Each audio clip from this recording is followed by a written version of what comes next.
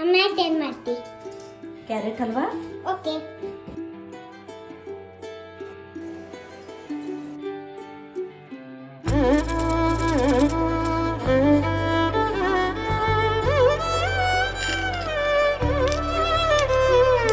ಏನು ಹೇಳಲಿ ನಾನು ಹೊಸತರ, ಏನೇ ಇದ್ದರೂ ನಿನ್ನ ನಂತರ ನಾನು ಕಾಯುವ ಪ್ರತಿ ನಿಮಿಷವೂ ನೀನೆ ಗೊಂದಲ, ನೀನೆ ಉತ್ತರ.